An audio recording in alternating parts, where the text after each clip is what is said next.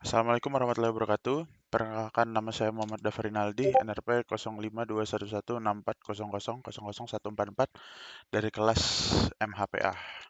Oke, pada kali ini saya akan mencoba menjelaskan tentang tugas yang saya kerjakan, yaitu tentang komponen CRM. Di sini saya akan membahas tentang empat komponen, yaitu shareholder value, customer value, employee value, and cost reduction. Oke, ini kita akan membahas apa artinya, terus keterkaitan dengan CRM, dan juga contoh penerapannya atau studi kasus ya. Oke, kita langsung saja. Yang pertama, ini shareholder value. Oke, shareholder value merupakan nilai yang diberikan kepada pemilik ekuitas atau yang biasa kita kita familiar dengan sebutan pemilik saham perusahaan karena kemampuan manajemen untuk meningkatkan penjualan, pendapatan, dan arus kas bebas. Nah, ini semua hal itu tadi, kayak penjualan, pendapatan, dan arus kas bebas itu kembali lagi uh, berpengaruh pada keuntungan yang didapat oleh perusahaan, dan itu juga berpengaruh dengan pendapatan yang didapat sama pemilik ekuitas. Oke, ini ada 5 strategi yang saya dapatkan dari buku tadi. Oke, lanjut. Ini yang kedua adalah employee value. Jadi employee value itu dibagi jadi dua perspektif.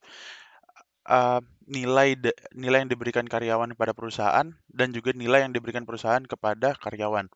Oke, jadi nilai yang diberikan karyawan pada perusahaan itu seperti bagaimana pekerjaannya dia, bagaimana cara dia bekerja, dan apa yang sudah dia lakukan buat perusahaan. Intinya seperti itu. Kalau yang kalau yang nilai dari perusahaan pada karyawan itu uh, biasanya lebih ke seperti bagaimana perusahaan itu membayar seseorang itu, atau kita biasa sebutnya gaji. Atau mungkin di perusahaan-perusahaan tertentu juga memberi memberi apa ya, memberi bonus seperti itulah untuk pekerjaan tambahan yang dia lakukan. Yang ketiga maksud saya ini customer value. Customer value ini sama juga seperti employee value. Jadi dibagi jadi dua perspektif juga. Yang pertama itu nilai yang diterima perusahaan dari pelanggan dan juga nilai yang diterima pelanggan dari perusahaan. Oke, jadi nilai yang diterima perusahaan dari pelanggan itu ditentukan oleh keuntungan yang diperoleh dari pelanggan selama hubungan mereka dengan perusahaan, seperti kegiatan jual beli. Yang kedua itu nilai yang diterima pelanggan dari perusahaan ditentukan oleh manfaat yang dirasakan dari penawaran yang dibuat kepada pelanggan. Ini seperti promo misalnya seperti itu.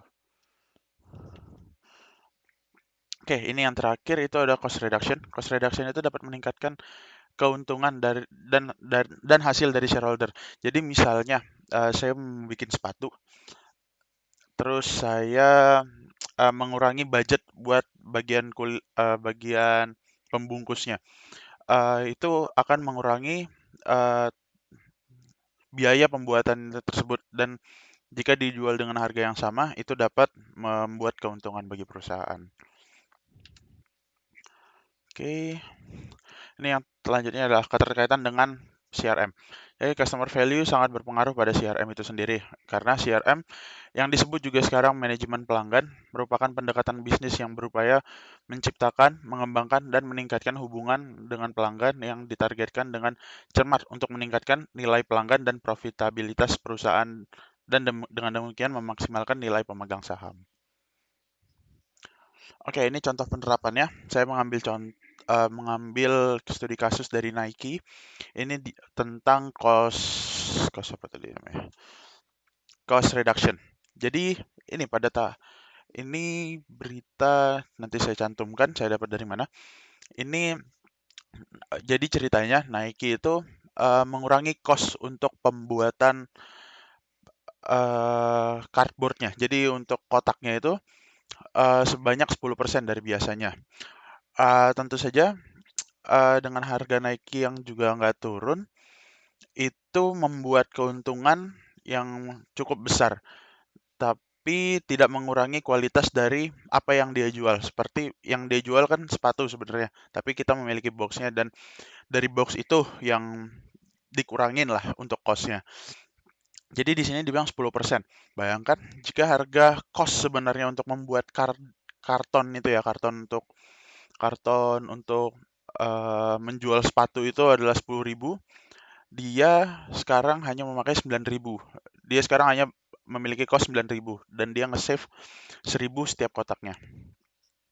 Lalu ini yang tercatat, Nike itu pernah menjual 25 sepatu dalam 1 detik. Jadi pada saat itu statistiknya menunjukkan bahwa Nike menjual 780 juta pasang sepatu pada 1 tahun.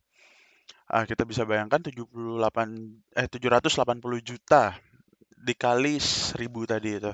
Itu adalah keuntungannya bagi dia.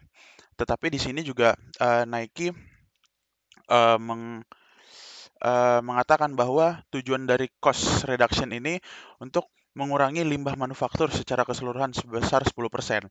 Jadi menutupinya dengan eh, beranggapan bahwa itu akan mengurangi limbah manufaktur.